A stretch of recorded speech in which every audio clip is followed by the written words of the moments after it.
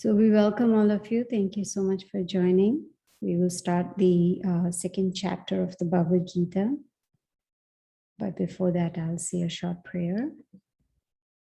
Om Namo Bhagavate Vasudevaya. Om Namo Bhagavate Vasudevaya. Om Namo Bhagavate Vasudevaya. So we are going to discuss from the Bhagavad Gita as it is, chapter number 2, which is entitled Contents of the Gita Summarized. I'm going to recite the first verse and then give an explanation. Today we will cover verses 1 through 13. The first verse. Sanjaya vacha tam tatha kripaya vishtam ashru punakulekshanam vishidantam idam vakyam uvacha madhusudanaha. Translation by Srila Prabhupada. Sanjaya said, seeing Arjuna full of compassion, his mind depressed, his eyes full of tears, Madhusudana, Krishna, spoke the following words. Om Agyanatimirandasya Gyananjana Shalakaya Chakshur Unmilitam Yena Tasmai Shri Gurave Namaha.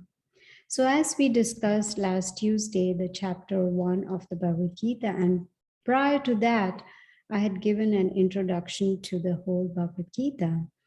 I'm not sure if those who have joined today have had the opportunity to hear those classes, but here we can see this first verse of chapter 2 is being spoken by someone named Sanjaya, who was actually an advisor and a charioteer of a blind king named Dhritarashtra.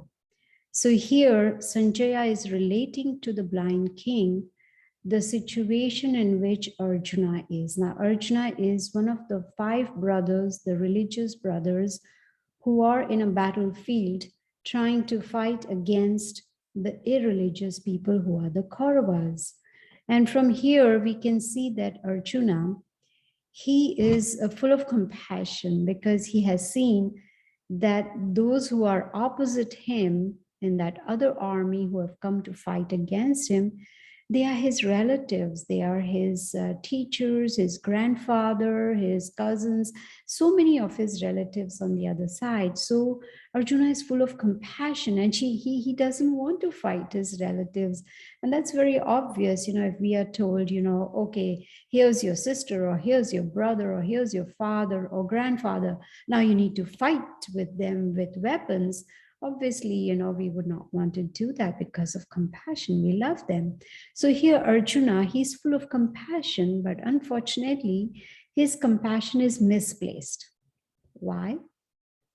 Because right now, he is in illusion. He's in ignorance. He doesn't know the difference between the body and the soul. And that is why he's depressed. And that is why there are tears in his eyes, because he is on the bodily concept of life. It is called misplaced compassion, right? That is why there's lamentation and tears that we can see. And Srila Prabhupada explains in this first verse of this chapter that all these are signs of ignorance. Why? Because a person is not aware of the real self, who we really are.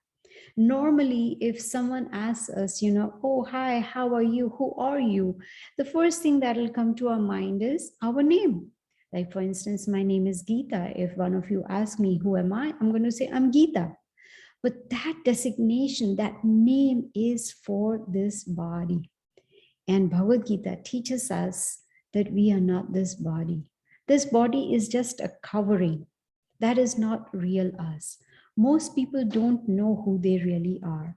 They identify with the body and they identify with the name that is given to them by the family. Most do not know that they are spirit souls. And because of that, in verse number 2, we see that because of this bodily concept of life, there is lamentation and there are tears. Why? Because the person is only thinking about the body and thinking about the body of the others also, the body of the relatives, of the friends, or whoever it may be, right? And in this verse we read, Krishna is addressed as Madhusudana. Madhu actually was a demon that was killed by Krishna. So here, Srila Prabhupada explains that Madhusudana, just like Krishna killed the demon Madhu, Arjuna wants Krishna to kill the demon of misunderstanding. The misunderstanding that Arjuna has, and he's not able to understand between body and the soul. Let me give you an example. Say someone is drowning in the ocean and someone swims, to go there and to save that person. And that person swims back with just the shirt of that person. Is that called saving? No. The person is still drowning in the ocean, only the covering has been brought back. That is how we can understand that this body is the covering for the soul. The soul is inside the body, in the heart, and that is real us. It's not this body, just like this outfit is covering the body. Similarly, the body is covering the soul. So if one is unable to understand this difference between body and soul, then there is lamentation, then there is distress, then there is depression, then there is tears, and there is misery. So this particular chapter of Bhagavad Gita, which is actually the summary of the whole Bhagavad Gita, is going to highlight on the foundational subject matter of the Bhagavad Gita, the foundation, which is we are not this body, but we are the spirit soul. So if we can understand the Bhagavad Gita, then we will understand who we really are and what is our real identity. That is how we will understand. Now, the second verse of this chapter starts with Shri Bhagavana Uvacha. This is Sanskrit, okay? Shri Bhagavana Uvacha means the Supreme Lord said. So these are the words of the Supreme Lord. Now one may say, who is the Supreme Lord? How do I know who is it? How can I identify who is God? Say, supposing I tell all of you, I am Supreme Lord. Well, you should not believe me. You should believe in the scriptures, in the references from the scriptures. The scriptures, especially the Vedic scriptures, they tell us that there are 6 qualifications of God. Someone who has these 6 qualifications in full, that personality is the Supreme Lord. And it is said, Aishwarasya Samagrasya Virasya Yasha Shriha. This is in Sanskrit, which explains that there are 6 qualifications of God. Someone who is fully, like in full, beautiful, knowledgeable, renounced, famous, powerful. So these are the qualifications of a Supreme Lord. And the scriptures also tell us, Ete chamsa kalapumsa Krishnastu Bhagavan Swayam. In the summary of the Vedic literature, which is called the Srimad Bhagavatam, you see the books at the back there, that is the Srimad Bhagavatam. And that tells us that Krishna is the Supreme Personality of Godhead himself. Well, in another scripture, it says, Ishvara Parama Krishna Satchidananda Vigraha Anadir Adir Govinda Sarva Karana Karanam. That Krishna is the Lord of everyone. And same we will see in the Bhagavad Gita chapter 5 also, where it indicates that Krishna is the Supreme Lord. Now, this verse which starts with Shri Bhagavana Vacha, it is being spoken by Krishna himself. And he is in the heart of everyone as the super soul. He knows it all. Like in Sanskrit, he's called the Paramatma. And here Arjuna is in front of the Supreme Lord and he is lamenting. And Krishna, the Lord, is surprised. He's like, how come these impurities have come upon you, Arjuna? You are an Aryan, you are a very civilized person, you have knowledge. So how come you are so confused about your duty? How come your compassion is misplaced? How come you don't know the difference between body and the soul? And in verse 3, Krishna tells him very strictly, he says, give up this petty weakness of heart and arise. Now, Arjuna, he was a warrior. He was a Kshatriya, a warrior who was in the war, in the battlefield, and his duty as a warrior is to fight the opposite army. But here he is lamenting and he has tears in his eyes, and he's like, I don't want to do my duty. So here we see the Lord is directly guiding Arjuna. He's guiding him towards self-realization, to realize one's own self, who we really are. Arjuna, he did not want to do his duty. He did not want to fight. Why? Because of weakness of heart. Now his compassion is misplaced. He's thinking of all the bodies of his relatives who are on the opposite side, and that is called miserly weakness. Who is a miser? Miser is someone who does not use what that person has. Say if a person is very rich, and if that person does not use that wealth, then that person is considered a miser, right? So here we can see it applies to a miser is one who does not use the human form of life wisely, right? So then in the next verse, Arjuna says, how can I kill my relatives? They are worthy of my worship. I love them. There's my grandfather, there's my teacher, they're on the opposite side. How can I kill them?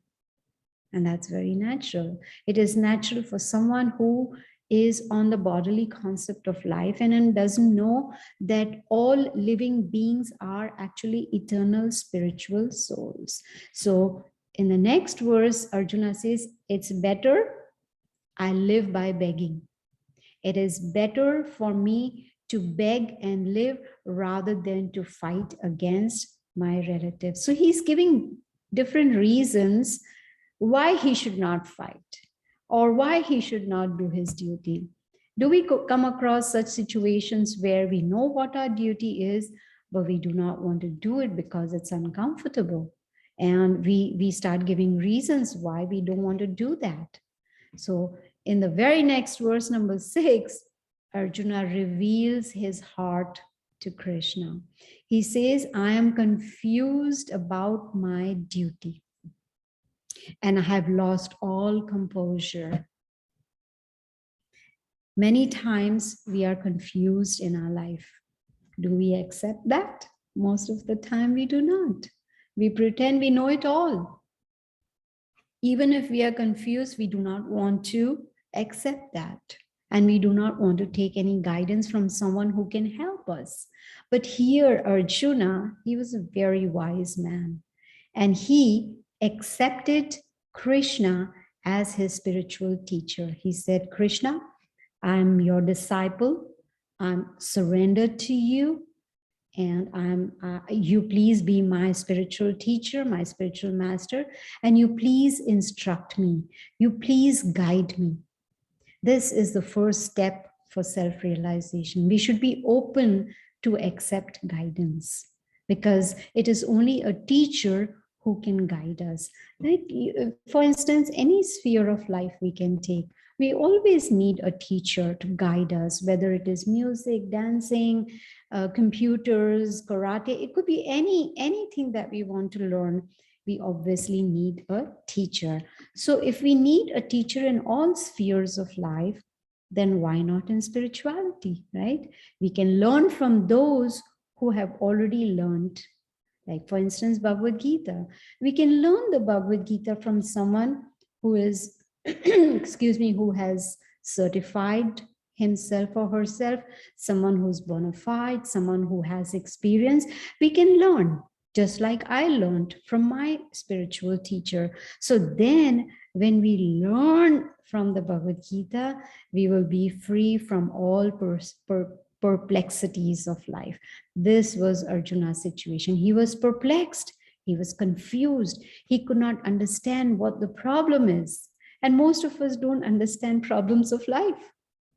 In fact, the Vedic scriptures tell us that there are 7 miseries in life: birth, disease, old age, death, miseries caused by the mind and body, miseries caused by others, other living entities, and miseries caused by material nature. These are the 7 miseries of life. And Bhagavad Gita, it shows us the way how to become free from all these 7 miseries, provided we are not a miser. Who is a miser? Not someone who has wealth and not using it. Yeah, that is also a miser.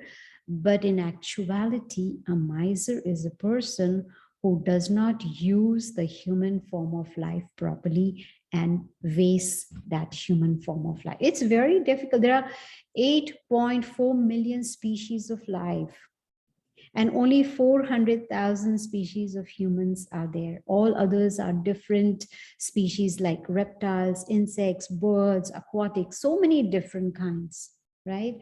So there we have to be aware of the fact that this human form of life is very, very rare. We should not waste it due to weakness of heart. That is what Arjuna's situation is. See, we have come alone in this world. Most of us live alone, technically not, but you can say we live alone and we go alone. When we die alone. The death also is to be faced by us alone. Only the Supreme Lord can help us, and only spirituality can help us. And Bhagavad Gita is not just an art of living, but it is also an art of dying. How we should prepare ourselves so that at the final examination time, we are in that consciousness that we can free ourselves from all the miseries of life and get the spiritual body and go back to the spiritual world. Now, here we see Arjuna, he had family attachment, and which is natural. Because if one does not have the knowledge, then one is just attached to the family. And then in that attachment, sometimes people forget to do their duty, right? So in verse 8, Arjuna is explaining to Krishna and saying that I cannot get rid of this grief. I am so depressed. I want to get rid of it, but I cannot. I don't know how to solve the problems of my life. How can I solve the perplexities that are bothering me? I need help. And he's taking help of a spiritual master, right? You see, academic knowledge, high position, a lot of wealth, all these cannot help us in solving problems of life. No, only a spiritual teacher can help us by showing us the right way, by showing us the process by which we can become self-realized. We can understand this science. This book, Bhagavad Gita, is not a religious book. It is a science of self-realization, to understand, who am I really? I am not this body. Who am I? What is my real identity?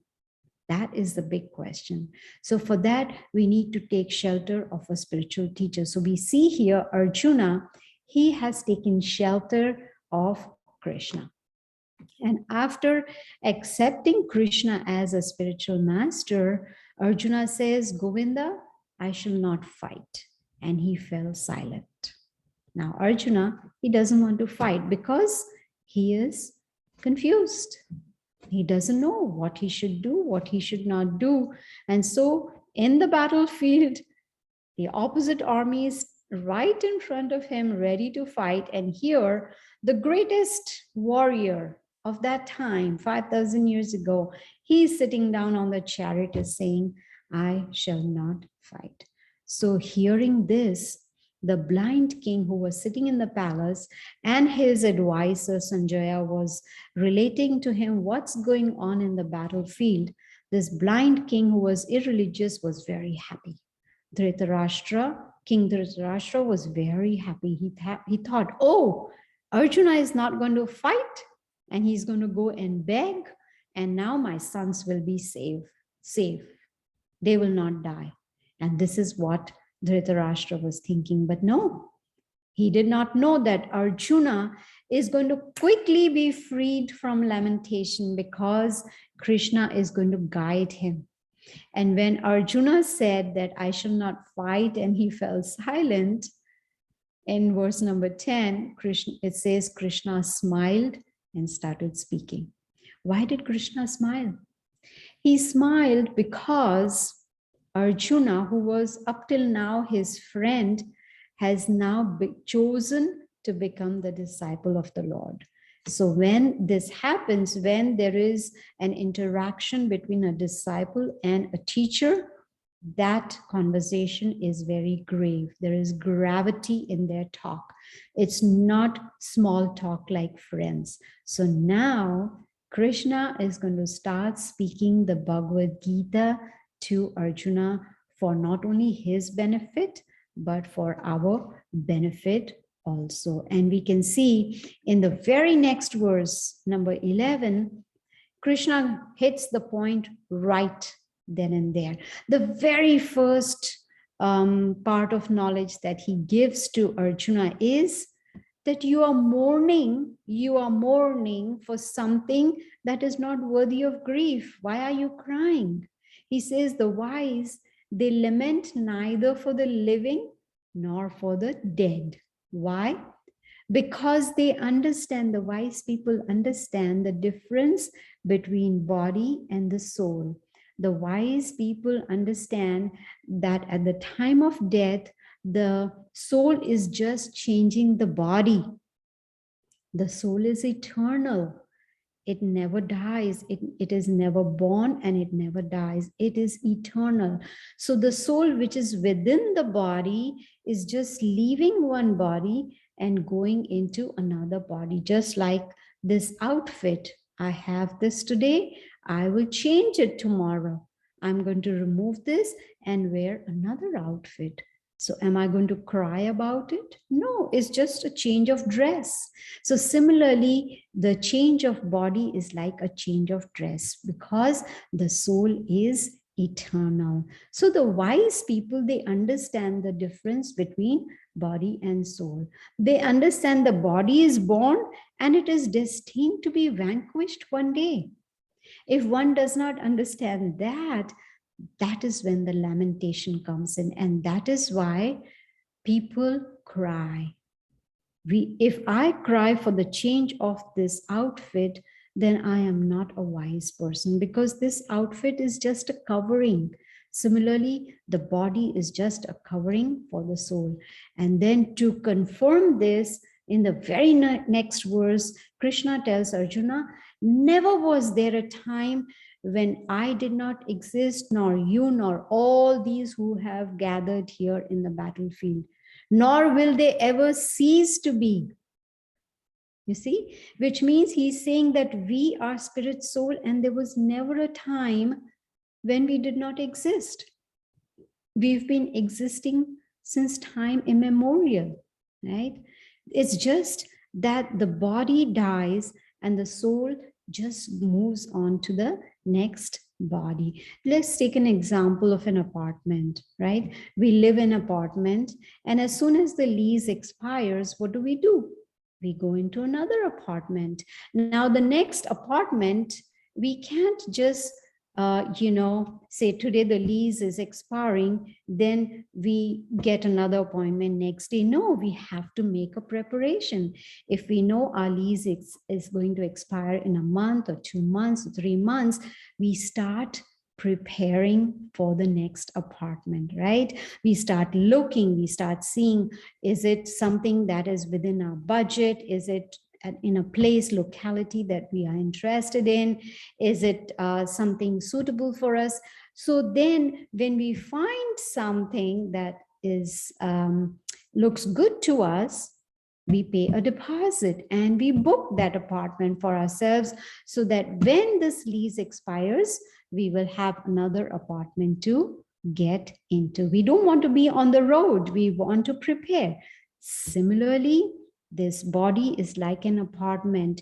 The soul is inside this body on a lease. As soon as this lease will expire, the soul has to leave this body and find another body. Now that another body, we place an order. Just like on Amazon, we place an order. I want this item. We click pay and order is placed. And sure enough, the order reaches our home. We place an order. Similarly, we place an order for our next body. So Bhagavad Gita is going to teach us how not to have to look for another apartment, how we can break the cycle of birth and death and go to a place which is permanent, right? Which is never going to go away. It's always going to be there. And that is what Bhagavad Gita teaches us, that the soul is ever existing. It never dies. Individuality remains. We do not get lost. It's just that we want to break this cycle. Now, the last verse for today is number 13. Very, very important. Dehi no asmin yatha dehe kaumaram yauvanam jara. Tatha dehantara praptir dhiras tatrana muhyati. What does it mean? It means that as the soul continuously, as the embodied soul, it says, embodied means the soul that is bound by the body, which is within the body, as the embodied soul continuously passes from boyhood to youth to old age. Similarly, the soul passes on to another body at the time of death. A sober person is not bewildered by such a change. Dhira, the Sanskrit word is dhira, means a sober person. A sober person who understands this knowledge will not be bewildered, because that person understands that it is the same soul in that body, which was first a small boy's body, then a youth, then in old age. It's the same soul, but it sees that progression from boyhood to youth to old age, and also understands that after death, it goes on to next body. A sober person, a wise person understands that, right? This is transmigration, which is a fact of life. Just as I was saying, we place an order, and as based on our actions, now chapter 3 and 5 of Bhagavad Gita, we will learn how to perform our actions so that we can break this cycle of action and reaction, action and reaction. We've been going through this cycle since a very, very long time. So how to break this transmigration, how to decide not to place another material body, right? The wise will work on that, take on the knowledge and understand. So far from verse 1 through 13, we have seen that our real identity is the spirit soul. We are not this body. We usually identify with our body, but that is not the real us. We are the spirit soul. Let me give you an example. There was a boy. He told his father that he is interested in having a pet bird. He wanted a bird, and he insisted and insisted. So the father said, okay. So he took him to the pet store, and this little boy, he chose a very beautiful bird, and he chose a very beautiful cage also.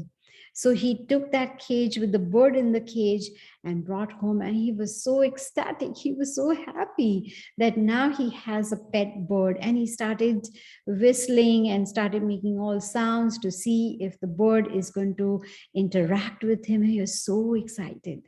The next morning when he got up, so then first thing he did was he ran to his pet bird and he wanted to play with the pet bird. But he noticed that the bird is not moving, is not looking, is not responding.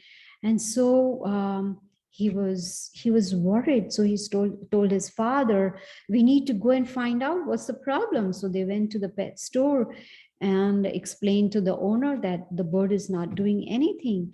So the store manager said, oh, did you put a tiny stairs inside the cage because the bird likes to go up and down the stairs? No, we did not. So the store manager sold them that little ladder. They came and put it in the cage, and the birdwoods did not react. So they went back, and the store manager said, oh, did you put a mirror in the cage? Because the bird likes to see its own reflection and think, that there's another bird in the cage and that'll make the bird happy. They said no. So they bought the mirror and they put the mirror also in there. And this boy was so attracted to the cage also. He started polishing the cage and he tried hard, to talk to the bird, to see some movement in the bird, but nothing happened. And the next morning, the boy noticed that the bird was lying flat on the base of the cage. And he really got worried. He ran to the store again with his father and he said, what happened? What happened? So the store manager was thinking and he said, well, an important question. Did you feed the bird? The boy said, you never told us to feed the bird. Well, it's common sense. If you don't feed the bird is going to die. How will the bird survive? Right? So this can make us understand that this body is like a cage. We may polish this cage a lot. We may take care of this body a lot. But what about the bird inside the spirit soul? We need to feed that spirit soul on a daily basis. We have got this rare human form of life, and there is a purpose behind it. Because we have philosophical intelligence, that we can try and understand who we really are. Okay, I am not this body which is changing, but I am the spirit soul. And my purpose of this human form is that I can get a spiritual body so I can go back to the spiritual world. This knowledge is the foundation knowledge of the Bhagavad Gita, that we are eternal souls. Once we understand this, then we can build our spiritual life on this knowledge that I am not this body. This body is given to us by the Lord. And along with this body, he has given us an owner's manual, which is the Bhagavad Gita as it is, right? This owner's manual tells us how to lead this human form of life based on the knowledge, based on the manual. If we apply this knowledge, then this will be a success as far as the human form is concerned. So we are going to learn. In fact, the Lord is going to speak a lot more, many more verses about the spirit soul. He's going to explain more about the spirit soul, and we will learn about that in the next class. Many more verses which are going to tell us who we really are, our true identity, and it is also going to teach us how to feed the soul. Just like we eat food to feed the body, right? So that the body stays healthy, and so that we are able to perform whatever activities we are able to. So one may question, what is the food for the soul? The food for the soul, according to the Vedic scriptures, is the sound vibrations. It's the sound vibrations that can help us to feed the soul. This is how we can feed the soul, by mantra meditation. When we chant, those sound vibrations, they enter our ear holes and they go straight to the heart. And then in the heart, they start purifying the heart. I'm not saying that our hearts are not pure. Yes, maybe they are pure, but not completely.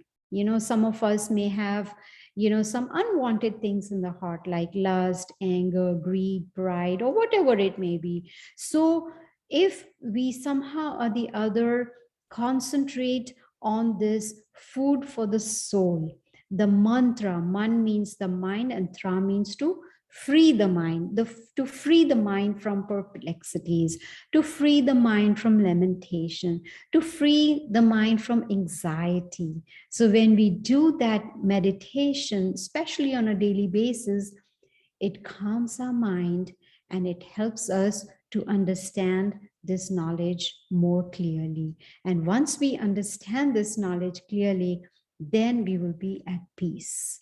Then nothing in this world can disturb us, because we will understand, I am not this body, but I am the spirit soul. So what I'm going to do is I am going to put the mantra that we are going to chant now for a few minutes, so that we can get used to it.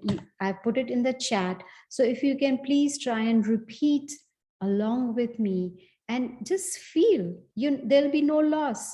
You will not lose anything at all. The only thing will be just gaining. What will we gain? We will gain peace of mind. We will gain some happiness. We will gain that, that our mind is now relaxed. This is that mantra meditation, it is called. So my humble request to you is, you please chant with me for a few minutes and see how it feels. And if you feel good about it, maybe you can try it on a daily basis. And also, please join us next Tuesday when we are going to hear more about from the Bhagavad Gita. There's a very nice comment: the transmigration of souls is subject to the degree of evolution of consciousness in the ascending spiral to free itself from samsara. Otherwise, in the descending spiral, it is involved in a body of less consciousness, for example, in some animal being. A very good point, a very good point. So as I was discussing, there are 8.4 million species of life, right? 8.4 million. And all the species of life, they go through the evolutionary cycle. They go through the whole, the whole evolution takes place based on just the time factor. But as far as the human beings are concerned, they are affected by karma. Every action has a reaction. So if our actions are not good, obviously the reactions are not going to be good. And then we will continue to be in that evolutionary cycle. We will not be able to come out of it, right? Just like you mentioned example of some animal being. Now, if I'm going to live this human form of life like an animal, obviously at the time of death, my consciousness will be that of an animal. And sure enough, my next life will be, I'll get a body of an animal, which means the soul will remain the same, but it'll just go into a different body. So that's a very important point. Thank you so much, Raphael. Sure, appreciate it. So let us chant this mantra, do some meditation for a few minutes, and then we will conclude. Hare Krishna, Krishna Krishna, Hare Hare, Hare Rama, Rama Rama, Hare Hare. Hare Krishna, Krishna Krishna, Hare Hare, Hare Rama, Rama Rama, Hare Hare. Hare Krishna, Krishna Krishna, Hare Hare, Hare Rama, Rama Rama, Hare Hare. Hare Krishna, Krishna Krishna, Hare Hare, Hare Rama, Rama Rama, Hare Hare. Hare Krishna, Krishna Krishna, Hare Hare, Hare Rama, Rama Rama, Hare Hare. Hare Krishna, Krishna Krishna, Hare Hare, Hare Rama, Rama Rama, Hare Hare.